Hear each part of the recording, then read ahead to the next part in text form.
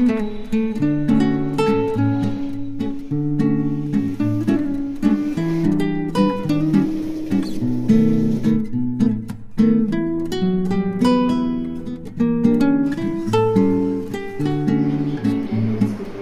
Back to my YouTube channel. ನಾವಂತೂ ತುಂಬಾ ಚೆನ್ನಾಗಿದ್ದೀವಿ, ನೀವು ಕೂಡ ತುಂಬ ಚೆನ್ನಾಗಿದ್ದೀರಾ ಅಂದ್ಕೊಂಡು ಇವತ್ತಿನ ವಿಡಿಯೋನ ಶುರು ಮಾಡ್ತಾ ಇದ್ದೀನಿ.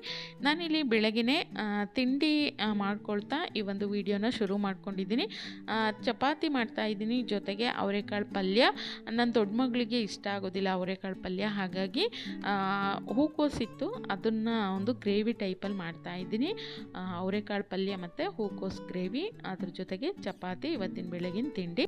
ಇದ್ರ ಜೊತೆಗೆ ನಾನು ಟೈಟಲಲ್ಲೇ ಹಾಕಿದ್ದೀನಿ, ಗೃಹಿಣಿಯಾಗಿ, ಒಬ್ಬ ಹೆಂಡತಿಯಾಗಿ, ತಾಯಿಯಾಗಿ, ಸೊಸೆಯಾಗಿ ಅಥವಾ ಒಬ್ಬ ಮಗಳಾಗಿ ನನ್ನ ಈ ಒಂದು 16 ವರ್ಷಗಳ ಒಂದು ಜೀವನದಲ್ಲಿ ಏನು ಬದಲಾವಣೆಗಳಾಯಿತು, ಏನು ಏರುಪೇರುಗಳಾಯಿತು, ಏನೆಲ್ಲ ಒಂದು ಖುಷಿ ವಿಚಾರಗಳೇನಿದೆ, ಅಥವಾ ನಾನು ತುಂಬ ಕಷ್ಟಪಟ್ಟಂಥ ದಿನಗಳೇನಿದೆ ಅದನ್ನು ಚಿಕ್ಕದಾಗಿ ನಿಮ್ಮ ಜೊತೆ ನನಗನ್ಸಿರೋ ರೀತಿಯಲ್ಲಿ ನಾನು ಶೇರ್ ಮಾಡ್ಕೊಳ್ಬೇಕು ಅಂತೇಳಿ ತುಂಬ ದಿನದಿಂದ ಅಂದ್ಕೊಳ್ತಾ ಇದ್ದೆ.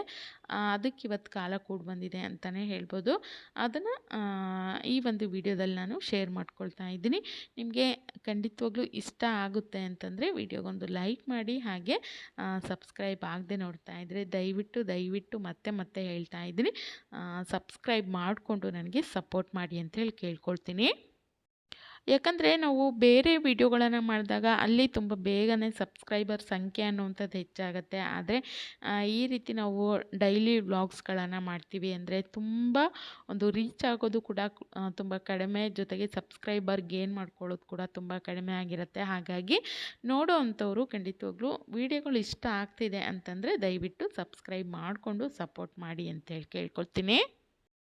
ಇನ್ನು ನಾವು ತಾಯಿ ಮನೇಲಿದ್ದಾಗ ಆರಾಮಾಗಿ ನಮ್ಮ ಜೀವನನ ಕಳೆದಿರ್ತೀವಿ. ಏನು ಸ್ಕೂಲು, ಕಾಲೇಜು, ಊಟ, ತಿಂಡಿ, ನಿದ್ರೆ, ಆರಾಮಾಗಿರ್ತೀವಿ. ಆದರೆ ನಾವು ಮದುವೆ ಆಗಿ ಬಂದ ಮೇಲೆ ನನಗೆ ಒಂದು 22 ಏಜ್ ಆಗಿತ್ತು. ಆ ವಯಸ್ಸಿಗೆ ಮದುವೆ ಆಯಿತು. ಹಾಗಂತೇಳಿ ನನಗೆ 16 ವರ್ಷಕ್ಕೆ 15 ವರ್ಷಕ್ಕೆ ತುಂಬ ಕಡಿಮೆ ಏಜು, ನನಗೇನು ತಿಳುವಳಿಕೆ ಇರಲಿಲ್ಲ ಅಥವಾ ಪ್ರಪಂಚದ ಜ್ಞಾನ ಇರಲಿಲ್ಲ ಅಂತೇಳಿ ಹೇಳೋದಿಲ್ಲ. ಒಂದು 22 ವರ್ಷಕ್ಕೆ ಮದುವೆ ಆಯಿತು. ಅಂದರೆ ನನ್ನ ವಿದ್ಯಾಭ್ಯಾಸ ಏನಿತ್ತು ಸಂಪೂರ್ಣವಾಗಿ ಕಂಪ್ಲೀಟ್ ಆದಮೇಲೆ ಒಂದು 2-3 ತಿಂಗಳಿಗೇ ಮದುವೆ ಅನ್ನೋವಂಥದ್ದು ಮಾಡಿದ್ರು ಅಂತಲೇ ಹೇಳ್ಬೋದು. ಅಂದರೆ ನಾನು ಮುಗಿತಿದ್ದಂಗೆ 2 ತಿಂಗಳಿಗೇ ಮದುವೆ ಅನ್ನೋವಂಥದ್ದು ಆಯಿತು ನನಗೆ. ಅಂದರೆ ನನಗೆ 22 ವರ್ಷ ಆಗಿತ್ತು. ಒಂದು ತಕ್ಕ ಮಟ್ಟಿನ ಬುದ್ಧಿ ಇತ್ತು ಅಂತಲೇ ಹೇಳ್ಬೋದು. ಅಂದರೆ ಬೇರೆ ಮನೆಗೆ ಹೋದಾಗ ನಾನು ಯಾವ ರೀತಿ ನಡ್ಕೊಳ್ಬೇಕು, ಯಾವ ರೀತಿಯಾಗಿ ಇರಬೇಕು, ಯಾರ ಜೊತೆ ಯಾವ ರೀತಿ ಮಾತಾಡಬೇಕು ಅನ್ನೋವಂಥ ಪರಿಜ್ಞಾನ ನನಗೆ ಖಂಡಿತವಾಗ್ಲೂ ಇತ್ತು. ಅದನ್ನು ನಾನು ಪಾಲಿಸ್ಕೊಂಡು ಕೂಡ ಇಲ್ಲಿವರೆಗೂ ಬಂದಿದ್ದೀನಿ. ಏನಂತಂದರೆ ನಾನು ಯಾವ ರೀತಿಯಾಗಿ ಯಾರ ಹತ್ರ ಮಾತಾಡಬೇಕು, ಯಾರಿಗೆಷ್ಟು ಗೌರವ ಕೊಡಬೇಕು, ಯಾರ ಹತ್ರ ಯಾವ ರೀತಿ ಮಾತಾಡಬೇಕು ಎಲ್ಲನೂ ನನಗೆ ಗೊತ್ತಿದೆ. ಹಾಗಾಗಿ ಆ ಒಂದು ಸಣ್ಣ ಒಂದು ಪರಿಜ್ಞಾನ ಖಂಡಿತವಾಗ್ಲೂ ಆ ಏಜಲ್ಲಿ ನನಗಿತ್ತು. ಇನ್ನು ಮದುವೆಗೆ ಮುಂಚೆ ನಾನು ಒಬ್ಬ ಮಗಳಾಗಿ, ಅಕ್ಕನಾಗಿ ನನ್ನ ಒಂದು ಜವಾಬ್ದಾರಿ ಏನಿತ್ತು ಅದನ್ನು ನಾನು ನಿಭಾಯಿಸಿದ್ದೀನಿ. ಇನ್ನು ನನ್ನ ಜವಾಬ್ದಾರಿಗಳೇನಿದೆ, ಹೆಂಡತಿಯಾಗಿ, ಸೊಸೆಯಾಗಿ ಮನೆಗೆ ಹೋದಾಗ ಅಲ್ಲಿ ನನ್ನ ಜವಾಬ್ದಾರಿಗಳು ಅಥವಾ ನನ್ನ ಪಾತ್ರ ಬೇರೆಯೇ ಇರುತ್ತೆ ಅಂತಲೇ ಹೇಳ್ಬೋದು. ಅದನ್ನು ನಾನು ಎಷ್ಟು ಸಾಧ್ಯನೋ, ನನ್ನ ಕೈಯಿಂದ ಎಷ್ಟು ಸಾಧ್ಯನೋ ಅಷ್ಟು ನಾನು ನಿಭಾಯಿಸಲಿಕ್ಕೆ ಪ್ರಯತ್ನ ಪಟ್ಟಿದ್ದೀನಿ. ಅಲ್ಲಿ ನಾನು ಏನೆಲ್ಲ ಹೊಸದನ್ನು ಕಲಿಬೇಕು ಅದನ್ನು ಕಲೀಲಿಕ್ಕೂ ಕೂಡ ಪ್ರಯತ್ನ ಪಟ್ಟಿದ್ದೀನಿ. ಆದರೆ ನನಗೆ ಅವಕಾಶಗಳು ಕೂಡ ಕಡಿಮೆ ಇದ್ದವು, ಟೈಮ್ ಕೂಡ ಕಡಿಮೆ ಇತ್ತು. ಅದಕ್ಕೆ ಖಂಡಿತವಾಗ್ಲೂ ಏನು ಒಂದು ಅವಕಾಶ ಬೇಕೋ ಅದನ್ನು ಕೊಡೋವಂಥ ಮನಸ್ಥಿತಿ, ವ್ಯಕ್ತಿತ್ವ ಖಂಡಿತವಾಗ್ಲೂ ಅಲ್ಲಿ ಯಾರಿಗೂ ಇರಲಿಲ್ಲ. ಹಾಗಾಗಿ ಅಲ್ಲಿ ನಮ್ಮ ಹೊಂದಾಣಿಕೆ ತುಂಬ ಅಂದರೆ ತುಂಬಾ ಒಂಥರ ಎಳೀತಾ ಹೋಯಿತು ಅಂತಲೇ ಹೇಳ್ಬೋದು. ಆಗಲೇ ಇಲ್ಲ ಹೊಂದಾಣಿಕೆ ಅನ್ನುವಂಥದ್ದು, ಆಗಲೇ ಇಲ್ಲ.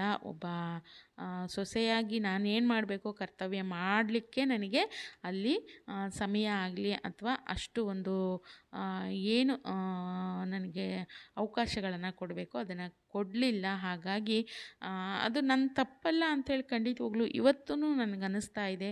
ನಾನು ಎಷ್ಟು ತಾಳ್ಮೆಯಿಂದ ಇರಬೇಕೋ ಅಷ್ಟು ಇದ್ದೀನಿ. ಆದರೆ ಆದರೆ ಅಲ್ಲಿ ಹೊಂದಾಣಿಕೆ ಮಾಡ್ಕೊಂಡು ಹೋಗುವಂಥ ಮನಸ್ಥಿತಿ ಯಾರಿಗೂ ಇರಲಿಲ್ಲ. ಹಾಗಾಗಿ ತುಂಬ ಜಗಳಗಳಾಯಿತು, ಮನಸ್ತಾಪಗಳಾಯಿತು. ಆದರೆ ಅದೇನೇ ಜಗಳಗಳು, ಮನಸ್ತಾಪಗಳು ಏನೇ ಇದ್ದರೂ ಅದು ನನ್ನವರ್ಗೂ ಮಾತ್ರ. ಅದು 1 ಇಂಚು ಕೂಡ ನನ್ನ ಮನೆಯವ್ರವ್ರಿಗೂ ತಲುಪಿಲ್ಲ. ಅಲ್ಲಿ ಏನಾಗ್ತಿದೆ ಅಂಥೇಳಿ ನನ್ನ ಮನೆಯವರಿಗೆ ಖಂಡಿತವಾಗ್ಲೂ ನಾನು ಹೇಳೋವರೆಗೂ ಕೂಡ ಗೊತ್ತಾಗಿಲ್ಲ ಅಂತಲೇ ಹೇಳ್ಬೋದು.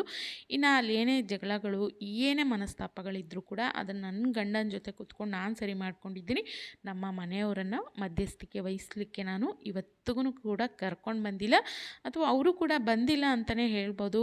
ಇದು ಒಂದು ಖುಷಿ ವಿಚಾರ. ಯಾಕಂದರೆ ಗಂಡ ಹೆಂಡತಿ ಜಗಳಗಳ ಮಧ್ಯೆ 3ನೇವ್ರು ಬಂದಾಗ ಏನಾಗುತ್ತೆ, ಅಲ್ಲಿ ಸಂಬಂಧಗಳು ತುಂಬಾ ಹಾಳಾಗುತ್ತೆ. ಜೊತೆಗೆ ಒಬ್ಬರ ಬಗ್ಗೆ ಒಬ್ಬರಿಗೆ ಇರುವಂಥ ನಂಬಿಕೆಗಳು ತುಂಬ ಬೇಗ ಕಡಿಮೆ ಆಗುತ್ತೆ, ಗೌರವ ಕಡಿಮೆ ಆಗುತ್ತೆ. ಹಾಗಾಗಿ ನಮ್ಮ ಜಗಳಗಳೇನಿರುತ್ತೆ, ಅದನ್ನು ಮನಸ್ತಾಪಗಳೇನಿರುತ್ತೆ ಅದನ್ನು ನಾವೇ ಸರಿ ಮಾಡ್ಕೊಳ್ಬೇಕು. ಜಗಳ ಆಡ್ಕೊಳ್ತೀವ, ಇವತ್ತು ನಾಳೆ 3 ದಿನ 4 ದಿನ 1 ವಾರ ತಗೊಳ್ಳಿ, ಆದರೆ 3ನೇವ್ರು ಬಂದು ಇದು ಸರಿ ಇದು ತಪ್ಪು ಅಂಥೇಳಿ ಯಾರಿಗೆ ಒಬ್ರಿಗೆ ಹೇಳಿದ್ರೂ ಕೂಡ ಅಲ್ಲಿ ಸಂಬಂಧಗಳು ತುಂಬಾ ಹಾಳಾಗುತ್ತೆ. ಒಬ್ಬರ ಬಗ್ಗೆ ಒಬ್ರಿಗೆ ಇರುವಂಥ ಗೌರವ ತುಂಬ ಕಡಿಮೆ ಆಗುತ್ತೆ. ಹಾಗಾಗಿ ಇದೊಂದು ವಿಚಾರದಲ್ಲಿ ನಾನು ತುಂಬ ಖುಷಿ ಪಡ್ತೀನಿ. ಯಾಕಂದರೆ ನಮ್ಮ ಮಧ್ಯೆ ಏನೇ ಜಗಳಗಳಿರಲಿ ಅಥವಾ ಏನೇ ಆಗಿರಲಿ, ಅದಕ್ಕೆ ನನ್ನ ಮನೆಯವರು ಬಂದು ಇವತ್ತಿಗೂ ಕೂಡ ಏನು ಅಂತಲೂ ಒಂದು ಮಾತಾಡಿಲ್ಲ. ಅದು ತುಂಬ ಖುಷಿ ವಿಚಾರ. ಅದಕ್ಕೆ ನಾನು ತುಂಬಾ ಖುಷಿ ಪಡ್ತೀನಿ. ಜೊತೆಗೆ ಒಂಥರ ಎಲ್ಲೋ ಒಂದು ಕಡೆ ಒಂದು ಒಳ್ಳೆ ಭಾವನೆ ಅನ್ನುವಂಥದ್ದು ಬೆಳೀಲಿಕ್ಕೆ ಇದು ಕೂಡ ತುಂಬ ಇಂಪಾರ್ಟೆಂಟ್ ಆಗುತ್ತೆ ಅಂತಲೇ ಹೇಳ್ಬೋದು. ಯಾಕಂದರೆ ಇಬ್ಬರು ಜಗಳದಲ್ಲಿ 3ನೇಯವರ ಆಗಮನ ಅಷ್ಟು ಒಳ್ಳೆಯದಲ್ಲ ಅಂತಲೇ ಹೇಳ್ಬೋದು. ಅದು ಮನಸ್ಥಿತಿಗಾಗಿರ್ಬೋದು ಅಥವಾ ಮನೆ ಸ್ಥಿತಿಗಾಗಿರ್ಬೋದು ಒಳ್ಳೆಯದಲ್ಲ ಅಂತಲೇ ಹೇಳ್ಬೋದು.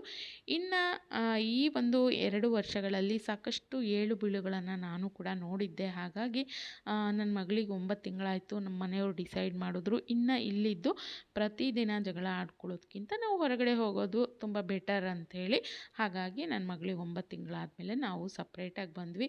ಆದರೆ ಸಪ್ರೇಟಾಗಿ ಬಂದಮೇಲೆ ಖಂಡಿತವಾಗ್ಲೂ ಸಾಕಷ್ಟು ಏಳು ಬೀಳುಗಳನ್ನು ನಾವು ಕೂಡ ನೋಡಿದ್ದೀವಿ. ಅದು ಒಂದು ಆರ್ಥಿಕ ಪರಿಸ್ಥಿತಿಯಿಂದ ಆಗಿರ್ಬೋದು, ಅಥವಾ ಸಂಬಂಧಗಳನ್ನು ನಾವು ಸರಿ ಮಾಡ್ಕೊಳ್ಳೋದಕ್ಕೆ ನಾವು ಹೋರಾಟ ಅಂತೇಳಿ ಏನು ಮಾಡ್ತಾ ಇರ್ತೀವಿ, ಅದಕ್ಕೂ ಕೂಡ ನಾವು ಸಾಕಷ್ಟು ಒಂದು ಶ್ರಮ ಪಟ್ಟಿದ್ದೀವಿ ಅಂತಲೇ ಹೇಳ್ಬೋದು. ಇವತ್ತಿನವರೆಗೂ ಕೂಡ ತುಂಬಾ ಒಂಥರ ಕಷ್ಟ ಎದುರಿಸ್ತಾ ಇದ್ದೀವಿ ಅಂತಲೇ ಹೇಳ್ಬೋದು. ಹಾಗಂತೇಳಿ ನಾನು ಹೋಗಿ ಎಲ್ಲೂ ಹೇಳ್ಕೊಂಡಿಲ್ಲ, ಯಾಕೋ ಗೊತ್ತಿಲ್ಲ, ವೀಡಿಯೋಗಳಲ್ಲಿ ಹೇಳ್ಕೊಳ್ಬೇಕು ಅಂಥೇಳಿ ಅದು ಈಗ ಅನ್ನಿಸ್ತಾ ಇದೆ. ಹಾಗಾಗಿ ನನಗೆ ಅನಿಸಿರೋ ಅಂಥದ್ದನ್ನು ನಾನಲ್ಲಿ ಶೇರ್ ಮಾಡ್ಕೊಳ್ತಾ ಇದ್ದೀನಿ. ಇದು ಸರಿ ತಪ್ಪು ನನಗೆ ಗೊತ್ತಿಲ್ಲ. ತಪ್ಪಿತ್ತು ಅಂದರೆ ಖಂಡಿತವಾಗ್ಲೂ ನನಗೆ ಕಮೆಂಟ್ ಮಾಡಿ ತಿಳಿಸಿ. ನೀವು ಇಂಥ ವಿಚಾರಗಳೆಲ್ಲ ಹೇಳ್ಕೊಳ್ಳೋದು ಅಷ್ಟು ಸರಿ ಇಲ್ಲ ಅಂತೇಳಿ ಖಂಡಿತವಾಗ್ಲೂ ಕಮೆಂಟ್ ಮಾಡಿ ತಿಳಿಸಿ, ನಾನು ತಿದ್ಕೊಳ್ತೀನಿ. ಇನ್ನು ನನ್ನ ಮಗಳಿಗೆ 9 ತಿಂಗಳಾಗಿತ್ತು. ಈ ಸಮಯದಲ್ಲಿ ನಾವು ಹೊರಗಡೆ ಬಂದ್ವಿ. ಅವಳಿಗೆ ಹುಷಾರಿಲ್ಲ, ಆರೋಗ್ಯ ಸರಿ ಇಲ್ಲ. ಏನೇ ಆದರೂ ಕೂಡ ಸಿಂಗಲ್ಲಾಗಿ ನಾವು ಒಂದು ಏನೇ ಆದ್ರೂ ಕೂಡ ಅದಕ್ಕೆ ನಾವು ಎದುರಿಸ್ಕೊಂಡು ನಿಂತಿದ್ದೀವಿ. ನಮ್ಮ ಆರ್ಥಿಕ ಪರಿಸ್ಥಿತಿ ಆಗಿರ್ಬೋದು, ಅಥವಾ ನಮ್ಮ ಸಂಬಂಧಗಳನ್ನು ಸರಿ ಮಾಡ್ಕೊಳ್ಳೋದಕ್ಕೆ ಹೋರಾಟಗಳಾಗಿರ್ಬೋದು, ಅಥವಾ ಮನೆ ನಡೆಸ್ಕೊಂಡು ಹೋಗೋದು, ಮಗು ನೋಡ್ಕೊಳ್ಳೋದು ಎಲ್ಲನೂ ಕೂಡ ಆ ಏಜಲ್ಲಿ ಮಾಡ್ಕೊಂಡು ಬಂದಿದ್ದೀನಿ. ಅದು ಇಲ್ಲಿವರೆಗೂ ಬಂದು ನನ್ನನ್ನು ನಿಲ್ಲಿಸಿದೆ ಅಂತಲೇ ಹೇಳ್ಬೋದು. ಒಂದು ದೇವರು ಏನು ಅಂತಂದರೆ ಒಂದು ಹಂತಕ್ಕೆ ತಂದು ನಿಲ್ಲಿಸಿದ್ದಾನೆ. ಏನೋ ಒಂದು ಖುಷಿ ವಿಚಾರ. ಯಾರದೇ ಒಂದು ಸಪೋರ್ಟ್ ಇಲ್ಲದೇ, ಯಾರದೇ ಒಂದು ನಮಗೆ ಬ್ಯಾಕ್ ಬೋನ್ ಅಂತ ಯಾರೂ ಇಲ್ಲ. ಆದರೂ ಕೂಡ ನಾವು ಆರಾಮಾಗಿದ್ದೀವಿ, ಜೀವನ ನಡೆಸ್ಕೊಂಡು ಹೋಗ್ತಾ ಇದ್ದೀವಿ. ತುಂಬ ಫೈನಾನ್ಷಿಯಲಿ ನಾವು ತುಂಬ ಒಳ್ಳೆ ಸ್ಥಿತಿಲಿ ಇದ್ದೀವಿ ಅಂತೇಳಿ ನಾನು ಹೇಳೋದಿಲ್ಲ. ಆದರೆ ಆರಾಮಾಗಿ ಜೀವನ ನಡೆಸ್ಕೊಂಡು ಹೋಗೋದಕ್ಕೆ ಏನು ಬೇಕೋ ಆ ಭಗವಂತ ಕೊಟ್ಟಿದ್ದಾನೆ. ಅದರಲ್ಲೂ ನನ್ನ ಯೂಟ್ಯೂಬ್ ಚಾನಲ್ ಏನು ಶುರು ಮಾಡಿಕೊಂಡೆ ನಾನು 2020ರಲ್ಲಿ, ಅಲ್ಲಿಂದ ಆರಾಮಾಗಿ ಜೀವನ ನಡೀತಾ ಇದೆ. ದೇವರು ನೋಡಿ, ನಾನು ಒಂದು ವಿಷಯ ಹೇಳ್ತೀನಿ, ಏನು ಗೊತ್ತಾ, ನಾವು ಯಾರಿಗೂ ಒಂದು ಮೋಸ ಮಾಡಿಲ್ಲ ಅಥವಾ ಯಾರಿಗೂ ಒಂದು ಕೆಟ್ಟದ್ದು ಮಾಡಿಲ್ಲ ಅಂದರೆ ಯಾವುದೋ ಒಂದು ರೂಪದಲ್ಲಿ ಭಗವಂತ ಕಾಪಾಡ್ತಾನೆ. ಹಾಗಾಗಿ ನನ್ನ ಒಂದು ಯೂಟ್ಯೂಬ್ ಅನ್ನುವಂಥದ್ದನ್ನು ನಾನು ಏನು ಶುರು ಮಾಡಿದೆ, ಅಲ್ಲಿಂದ ಆರಾಮಾಗಿ ಜೀವನವನ್ನು ಯಾರ ಒಂದು ಸಹಾಯನೂ ಇಲ್ಲದೆ ನಾವು ಆರಾಮಾಗಿ ನಡೆಸ್ಕೊಂಡು ಹೋಗ್ತಾ ಇದ್ದೀವಿ. ಮುಂದೆ ಕೂಡ ನಡೆಸ್ಕೊಂಡು ಹೋಗ್ತೀವಿ. ನಮ್ಮ ಮಕ್ಕಳಿಗೆ ಏನು ಬೇಕೋ ಮಾಡೋ ಅಂಥ ಒಂದು ಶಕ್ತಿ, ಧೈರ್ಯ ಭಗವಂತ ನಮಗೆ ಕೊಟ್ಟಿದ್ದಾನೆ. ಹಾಗಾಗಿ ನಾನು ಎಲ್ಲರಲ್ಲೂ ಕೇಳ್ಕೊಳ್ಳೋದಿಷ್ಟೇ, ಯಾರೋ ಏನೋ ಸಹಾಯ ಮಾಡ್ತಾರೆ ಅಥವಾ ಯಾರೋ ಹೆಲ್ಪ್ ಮಾಡ್ತಾರೆ, ಯಾರಿಂದನೂ ನಮಗೇನೋ ಆಗುತ್ತೆ ಅಂತೇಳಿ ಯಾರೂ ಕೂಡ ಆಸೆ ಪಡಬಾರ್ದು ಅಥವಾ ನಿರೀಕ್ಷೆ ಮಾಡಬಾರ್ದು. ಇದರಿಂದ ಏನಾಗುತ್ತೆ ಗೊತ್ತಾ, ಅಲ್ಲಿ ತುಂಬ ಒಂದು ಅವಮಾನಗಳನ್ನು ಎದುರಿಸ್ಬೇಕಾಗತ್ತೆ, ತುಂಬ ಹಿಂಸೆ ಅನುಭವಿಸ್ಬೇಕಾಗತ್ತೆ, ಕೇಳಬಾರ್ದ ಮಾತುಗಳನ್ನು ಕೇಳಬೇಕಾಗತ್ತೆ. ಹಾಗಾಗಿ ಹಾಗಾಗಿ ಯಾರಿಂದನೇ ಈ ಕಡೆ ತವ್ರ ಮನೆಯಿಂದ ಆಗಿರ್ಬೋದು, ಗಂಡನ ಮನೆಯಿಂದ ಆಗಿರ್ಬೋದು, ಯಾರ ಕಡೆಯಿಂದನೂ ಕೂಡ ನಾವು ಯಾವುದೇ ಒಂದು ಸಹಾಯ ಸಿಗತ್ತೆ ಅಥವಾ ಹೆಲ್ಪ್ ಸಿಗತ್ತೆ ಅಂತೇಳಿ ಯಾವತ್ತಿಗೂ ಅಂದ್ಕೊಳ್ಬಾರ್ದು. ಇದರಿಂದ ಸಹಾಯ ಸಿಗೋದಿಲ್ಲ, ಅಲ್ಲಿ ಅವಮಾನಗಳು, ಕೆಟ್ಟ ಮಾತುಗಳನ್ನು ನಾವು ಎದುರಿಸ್ಬೇಕಾಗತ್ತೆ. ಹಾಗಾಗಿ ನಮ್ಮದು ಏನಿದೆಯೋ, ನಮ್ಮ ಕೈಯಲ್ಲಿ ಎಷ್ಟು ಶಕ್ತಿ ಇದೆಯೋ ಅಷ್ಟರಲ್ಲಿ ನಾವು ಜೀವನವನ್ನು ಮಾಡಲಿಕ್ಕೆ ಪ್ರಯತ್ನವನ್ನು ಪಡಬೇಕು. ನಮ್ಮ ಹತ್ರ 10 ರೂಪಾಯಿ ಇದೆಯಾ, 10 ರೂಪಾಯಿದಲ್ಲೇ ಜೀವನ ಮಾಡಬೇಕು. ಅದನ್ನು ಬಿಟ್ಟು ನಾವು 10 ರೂಪಾಯಿ ಇಟ್ಕೊಂಡು 100 ರೂಪಾಯಿ ಜೀವನ ಮಾಡ್ತೀವಿ ಅಂಥೇಳಿ ಯಾವತ್ತಿಗೂ ಹೋಗಬಾರ್ದು. ಅದರಿಂದ ನೋವು, ಕಷ್ಟ ಇನ್ನೂ ಹೆಚ್ಚಾಗುತ್ತೆ ಅಂತಲೇ ಹೇಳ್ಬೋದು. ಅದಕ್ಕಾಗಿ ನಮ್ಮ ಹತ್ರ ಎಷ್ಟಿದೆಯೋ ಅಷ್ಟರಲ್ಲಿ ಸ್ವಲ್ಪ ಉಳಿಸ್ಕೊಂಡು ಉಳಿದಿದ್ರಲ್ಲಿ ಜೀವನ ಮಾಡ್ಕೊಂಡು ಹೋದರೆ ತುಂಬಾ ಖುಷಿಯಾಗಿ ಸಂತೋಷವಾಗಿರ್ತೀವಿ. ನಾನು ಒಂದು ವಿಷಯ ಹೇಳಲಾ, ಬರೀ ದುಡ್ಡಿಂದನೇ ಜೀವನ ಸಂತೋಷವಾಗಿರುತ್ತೆ, ಖಂಡಿತ ತಪ್ಪು. ಏನು ಗೊತ್ತಾ, ನಾವು ಯಾರ ಜೊತೆಗಿದ್ದೀವಿ ಅವ್ರ ಜೊತೆ ಇರೋ ಅಷ್ಟರಲ್ಲಿ ಆರಾಮಾಗಿದ್ದೀವಿ. ಇವತ್ತು ನಾವು ಬರೀ ಚಟ್ನಿಯನ್ನು ಅಥವಾ ಒಂದು ಮೊಸರನ್ನ ತಿಂದ್ಕೊಂಡು ಆರಾಮಾಗಿ ನೆಮ್ಮದಿಯಾಗಿದ್ದೀವಿ ಅಂತಂದ್ರೂ ಕೂಡ ಖುಷಿ. ಆದರೆ ದಿನಾ ತುಪ್ಪ ಅನ್ನ ತಿಂತೀವಿ, ಸಾಲ ಮಾಡ್ತೀವಿ, ಅಥವಾ ಇನ್ನೊಬ್ರನ್ನ ಕೇಳಿಬಿಟ್ಟು ಅವ್ರ ಹತ್ರ ಇಸ್ಕೊಂಡು ನಾವು ದಿನಾ ತುಪ್ಪ ಅನ್ನ ತಿಂತೀವಿ ಅಂದರೆ ಅದರಷ್ಟು ಒಂದು ಕೀಳು ಮಟ್ಟದ ಜೀವನ ಇದೆಯಲ್ಲ, ಅದಕ್ಕಿಂತ ಇನ್ನೊಂದಿಲ್ಲ ಅಂತಲೇ ನಾನು ಹೇಳೋದಕ್ಕೆ ಇಷ್ಟಪಡ್ತೀನಿ. ಗಂಜಿ ಕುಡಿದ್ರೂ ಕೂಡ ಆರಾಮಾಗಿರಬೇಕು, ಖುಷಿಯಾಗಿರಬೇಕು. ಇವತ್ತು ಇಡೀ ದಿನ ಕೆಲಸ ಮಾಡಿಕೊಂಡು ಮಲಗಿದ್ರೆ ನೆಮ್ಮದಿಯಾಗಿ ನಿದ್ದೆ ಬರಬೇಕು, ಆ ರೀತಿ ಜೀವನ ಇರಬೇಕೆ ಹೊರತು ಇಡೀ ದಿನ ನಾವು ಬಿಸಿ ಬಿಸಿ ಅನ್ನ, ತುಪ್ಪ ಅನ್ನ ಅಥವಾ ಮೃಷ್ಟಾನ್ನ ಭೋಜನ ಮಾಡಿಕೊಂಡು ಅಪ್ಪ ಬೆಳಗ್ಗೆ ಏನಾಗುತ್ತೋ ರಾತ್ರಿ ಏನಾಗುತ್ತೋ ಅಂಥೇಳಿ ಗಾಬರಿ ಪಟ್ಕೊಂಡು ಜೀವನ ಮಾಡೋದಕ್ಕೆ ಅರ್ಥನೇ ಇಲ್ಲ ಅಂತ ನಾನು ಹೇಳಲಿಕ್ಕೆ ಇಷ್ಟಪಡ್ತೀನಿ.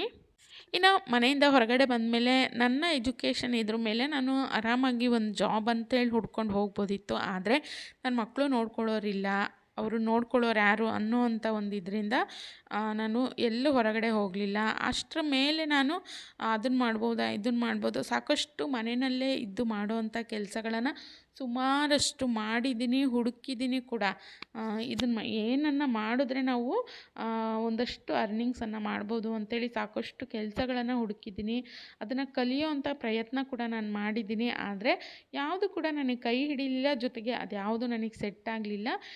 ಇನ್ನೇನು ಇಲ್ಲ ಆಪ್ಷನ್ನು ಅನ್ನೋವಂಥ ಸಮಯದಲ್ಲಿ ನಾನು ಶುರು ಮಾಡಿಕೊಂಡಿದ್ದು ಯೂಟ್ಯೂಬ್ ಅನ್ನೋವಂಥದ್ದು ಖಂಡಿತವಾಗ್ಲೂ ನನಗೆ ಆ ದೇವರು ಕೊಟ್ಟಂಥ ಒಂದು ವರ ಅಂತಲೇ ಹೇಳ್ಬೋದು. ಅದು ನನ್ನ ಜೀವನವನ್ನು ಸುಧಾರಿಸಿದೆ, ನನ್ನ ಕೈ ಹಿಡಿದಿದೆ. ಅದರಲ್ಲೂ ಆರ್ಥಿಕವಾಗಿ ಹೆಣ್ಮಕ್ಳು ಏನೋ ಒಂದು ಶಕ್ತಿಯಾಗಿ ನಿಲ್ತಾರಲ್ಲ, ಅದಕ್ಕೆ ನನಗೆ ಪ್ರೇರಣೆಯಾಗಿದ್ದು ಈ ಒಂದು ಯೂಟ್ಯೂಬ್ ಅಂತಲೇ ಹೇಳ್ಬೋದು. ಯಾಕಂದರೆ ಸಾಕಷ್ಟು ಹೆಣ್ಮಕ್ಳು ಓದ್ಕೊಂಡಿರ್ತಾರೆ, ಹೊರಗಡೆ ಹೋಗಿ ಕೆಲಸ ಮಾಡೋದಕ್ಕೆ ಆಗ್ತಾ ಇರೋದಿಲ್ಲ. ಮನೆ ಪರಿಸ್ಥಿತಿ ನೋಡ್ಕೊಂಡು, ಮಕ್ಕಳು ನೋಡಿಕೊಂಡು ಅವ್ರು ಹೊರಗಡೆ ಹೋಗ್ಲಿಕ್ಕೆ ಆಗ್ತಾ ಇರೋದಿಲ್ಲ.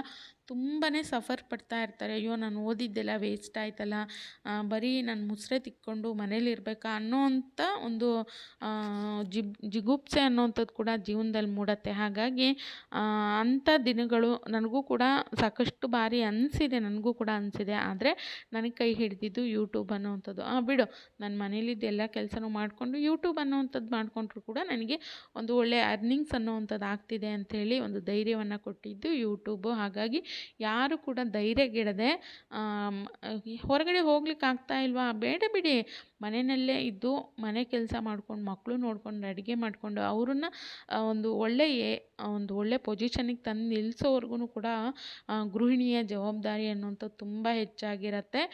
ಅದು ದೊಡ್ಡ ಕೆಲಸ ಅಂತಲೇ ಹೇಳ್ಬೋದು. ನಾವು ಹೊರಗಡೆ ಹೋಗಿ ಏನು ಅರ್ನಿಂಗ್ಸ್ ಮಾಡ್ತೀವಲ್ಲ, ಅದಕ್ಕಿಂತ ದೊಡ್ಡ ಜವಾಬ್ದಾರಿ ಅಂದರೆ ನಾವು ಒಬ್ಬ ಹೆಂಡತಿಯಾಗಿ, ತಾಯಿಯಾಗಿ, ಸೊಸೆಯಾಗಿ, ಮಗಳಾಗಿ ಏನು ಮನೆಯಲ್ಲಿ ಮಾಡ್ತೀವಲ್ಲ, ಅದಕ್ಕಿಂತ ದೊಡ್ಡ ಒಂದು ಜವಾಬ್ದಾರಿ ಕೆಲಸ ಇನ್ಯಾವುದೂ ಇಲ್ಲ ಅಂತಲೇ ನನಗನ್ಸಿರೋ ಅಂಥದ್ದು. ಖಂಡಿತವಾಗ್ಲೂ ಹೌದು. ಅದಕ್ಕೆ ನಾವು ಎಷ್ಟೇ ಸಂಬಳ ಕೊಟ್ಟರೂ ಕೂಡ ಅಷ್ಟು ಕೆಲಸಗಳನ್ನು ಒಬ್ಬ ಮಹಿಳೆ ಮಾಡಲಿಕ್ಕೆ ಸಾಧ್ಯ ಇಲ್ಲ. ಅಷ್ಟು ಕೆಲಸವನ್ನು ಒಬ್ಬಳು ಮಹಿಳೆ ಮಾಡ್ತಾಳೆ ಅಂದರೆ ಅವಳು ಅಷ್ಟು ಸ್ಟ್ರಾಂಗ್ ಇದ್ದಾಳೆ, ಮೆಂಟಲಿ ಫಿಸಿಕಲಿ ಅಷ್ಟು ಸ್ಟ್ರಾಂಗ್ ಇದ್ದಾಳೆ, ಅಷ್ಟು ಒಂದು ಗಟ್ಟಿಯಾಗಿ ತನ್ನ ಕುಟುಂಬಕ್ಕೆ ನಿಂತಾಗ ಮಾತ್ರ ಅದು ಸಾಧ್ಯ. ಒಬ್ಬ ಹೆಂಡತಿಯಾಗಿ, ತಾಯಿಯಾಗಿ, ಮಗಳಾಗಿ, ಸೊಸೆಯಾಗಿ ಒಬ್ಬ ಹೆಣ್ಮಗಳು ಒಂದು ಸಂಸಾರಕ್ಕೆ ಅಂಥೇಳಿ ನಿಲ್ತಾಳಲ್ಲ, ಆವಾಗ ಆ ಮನೆ ಅನ್ನುವಂಥದ್ದು ಸ್ವರ್ಗ ಆಗುತ್ತೆ. ಒಂದು ಸ್ಟ್ರಾಂಗ್ ಆಗಿ ನಿಲ್ಲಲಿಕ್ಕೆ ಖಂಡಿತವಾಗ್ಲೂ ಹೆಲ್ಪ್ ಆಗುತ್ತೆ. ಇದು ನನಗನ್ಸಿರೋ ಅಂಥದ್ದು. ಬರೀ ನಾವು ಹೊರಗಡೆನೇ ಹೋಗಿ ಜಾಬ್ ಮಾಡಬೇಕು ಅಂತೇನಿಲ್ಲ, ಮನೆಯಲ್ಲಿ ಮಕ್ಕಳು ನೋಡಿಕೊಂಡು ಮನೆಯಲ್ಲಿ ಇರೋವಂಥವ್ರಿಗೆ ಹೊಟ್ಟೆ ತುಂಬ 3 ಹೊತ್ತು ಊಟ ಹಾಕ್ಕೊಂಡು ಮನೆಯಲ್ಲಿ ಇರೋವಂಥ ಕೆಲಸಗಳನ್ನು ಮಾಡಿಕೊಂಡು ನಾವು ಮನೆಯನ್ನು ನಿಭಾಯಿಸ್ಕೊಂಡು ಹೋದರೂ ಕೂಡ ಅದರಂಥ ದೊಡ್ಡ ಕೆಲಸ ಇನ್ಯಾವುದೂ ಇಲ್ಲ. ಅದಕ್ಕೆ ಗಿಲ್ಟಿ ಫೀಲ್ ಮಾಡೋವಂಥ ಅವಶ್ಯಕತೆ ಕೂಡ ಇಲ್ಲ ಅಂತಲೇ ಹೇಳ್ಬೋದು. ಏನು ಗೊತ್ತಾ, ನಾವು ಮಕ್ಕಳನ್ನೆಲ್ಲ ಇಲ್ಲಿ ಬಿಟ್ಬಿಟ್ಟು ಹೊರಗಡೆ ಹೋಗಿ ದುಡಿತೀವಿ ಅಂತೇಳಿ ಹೋಗ್ತಾರಲ್ಲ, ಖಂಡಿತವಾಗ್ಲೂ ಅಂಥವರಿಗೆ ಮಾನಸಿಕ ಒತ್ತಡ, ಒಂಥರ ಮೆಂಟಲಿ ಒಂಥರ ವೀಕ್ ಆಗಿಬಿಡ್ತಾರೆ. ಯಾಕಂದರೆ ಈ ಕಡೆ ಸಮಾಧಾನ ಇರೋದಿಲ್ಲ, ಹೋದ ಕಡೆನೂ ಅಲ್ಲಿ ಕೆಲಸ ಮಾಡ್ಲಿಕ್ಕೆ ಸಮಾಧಾನ ಇರೋದಿಲ್ಲ. ಯಾಕಂದರೆ ಮಕ್ಕಳನ್ನ ಬಿಟ್ಟೋಗಿರ್ತಾರೆ, ಅವು ಊಟ ಮಾಡಿದ್ವು, ನಿದ್ದೆ ಮಾಡಿದ್ವು, ಆಟ ಆಡಿದ್ರು, ಇಲ್ಲೋ ಹೊರಗಡೆ ಹೋಗ್ತಾ ಇದ್ದಾರೋ, ಎಲ್ಲಿ ಹೋದ್ರು, ಏನು ಮಾಡಿದ್ರು, ಈ ಒಂದು ಟೆನ್ಷನಲ್ಲೇ ಇರ್ತಾರೆ. ಇನ್ನು ಸರಿಯಾಗಿ ಊಟ ನಿದ್ರೆ ಏನೂ ಆಗ್ತಾ ಇರೋದಿಲ್ಲ. ಹಾಗಾಗಿ ಅದನ್ನು ಮಕ್ಕಳು ನೋಡ್ಕೊಳೋರು ಮನೇಲಿದ್ದಾರೆ ಅಂದಾಗ ಮಾತ್ರ ನಾವು ಹೊರಗಡೆ ಹೋಗಿ ದುಡಿಲಿಕ್ಕೆ ಸಾಧ್ಯ. ನಾವೇ ಮಕ್ಕಳು ನೋಡ್ಕೊಂಡು ಮನೇನ ನಿಭಾಯಿಸ್ಕೊಂಡು ಹೋಗಬೇಕು ಅಂದಾಗ ಹೊರಗಡೆ ಹೋಗೋದು ತುಂಬ ಕಷ್ಟ ಆಗುತ್ತೆ ಖಂಡಿತವಾಗ್ಲೂ. ಅದಕ್ಕೆ ಅಂತ ಸಮಯ ಬರುತ್ತೆ, ಅಲ್ಲಿವರೆಗೂ ಕಾಯಬೇಕು. ಕಾದು ಆ ಸಮಯ ನಮ್ಗೆ ಯಾವಾಗ ದೇವ್ರು ಕೊಡ್ತಾನೋ ಆವಾಗ ನಾವು ಪ್ರಯತ್ನ ಪಡೋದು ಅಥವಾ ಹೋಗೋ ಅಂಥದ್ದು ಮಾಡಿದ್ರೆ ತುಂಬ ಒಳ್ಳೆಯದು. ಇಲ್ಲಾಂದರೆ ನಾವು ಹೆಣ್ಮಕ್ಳು ಅನ್ನೋವಂಥವ್ರೇನು ಮೆಂಟಲಿ ತುಂಬಾ ವೀಕ್ ಆಗಿಬಿಡ್ತಾರೆ. ಆ ಕಡೆ ಹೊರಗಡೆ ಕೆಲಸ, ಈ ಕಡೆ ಮನೆಯ ಒಂದು ಪ್ರೆಷರ್ ಏನಿರುತ್ತೆ ಅದರಿಂದ ತುಂಬ ವೀಕ್ ಆಗ್ತಾರೆ, ಮೆಂಟಲಿ ತುಂಬ ವೀಕ್ ಆಗ್ತಾರೆ ಅಂತಲೇ ಹೇಳ್ಬೋದು. ಇನ್ನು ನಾನಿವತ್ತು ಮಂಗಳವಾರ ಆಗಿರೋದ್ರಿಂದ ಸಂಜೆ ಪೂಜೆ ಮಾಡಿದೆ. ಇನ್ನು ಕಾಫಿ ಮಾಡ್ಕೊಂಡು ಕುಡಿಯೋಣ ಅಂಥೇಳಿ ಹಾಲು ಕಾಯಿಸಿದೆ. ಆದರೆ ನನ್ನ ಮಗಳು ಅಮ್ಮ ಜ್ಯೂಸ್ ಮಾಡಿಕೊಡಮ್ಮ ಅಂತಂದ್ಲು. ಹಾಗಾಗಿ ನನಗೂ ಕೂಡ ತುಂಬ ಇಡೀ ದಿನ ಕೆಲಸ ಮಾಡಿ ತುಂಬಾ ಸುಸ್ತಾಗಿತ್ತು. ಆರೆಂಜ್ ಇತ್ತು, ಹಾಗಾಗಿ ಇಬ್ರಿಗೂ ಕೂಡ ಜ್ಯೂಸ್ ಮಾಡಿಕೊಂಡೆ. ಚಿಕ್ಕವಳು ಮಲಗಿದ್ಲು, ಹಾಗಾಗಿ ಅದು ತುಂಬ ಹೊತ್ತಿಟ್ಟರೆ ಕಹಿ ಆಗಿಬಿಡುತ್ತೆ ಆರೆಂಜ್ ಜ್ಯೂಸು. ಹಾಗಾಗಿ ಎರಡೇ ಲೋಟ ನಾನಿಲ್ಲಿ ಜ್ಯೂಸನ್ನು ಮಾಡಿ ಇಬ್ಬರೂ ಕುಡಿದ್ವಿ. ಇನ್ನು ಇದಾಗಿತ್ತು ಸ್ನೇಹಿತರೆ ಇವತ್ತಿನ ನನ್ನ ಜೀವನದಲ್ಲಿ ಆದಂಥ ಒಂದು ಚಿಕ್ಕ ಎಕ್ಸ್ಪೀರಿಯೆನ್ಸ್ ನಿಮ್ಮ ಜೊತೆ ನಾನು ಶೇರ್ ಮಾಡ್ಕೊಂಡಿದ್ದೀನಿ. ಇಷ್ಟ ಆಗಿತ್ತು ಅಂದರೆ ಲೈಕ್, ಶೇರ್, ಕಮೆಂಟ್ ಹಾಗೆ ಸಪೋರ್ಟ್ ಮಾಡಿ. Thank you.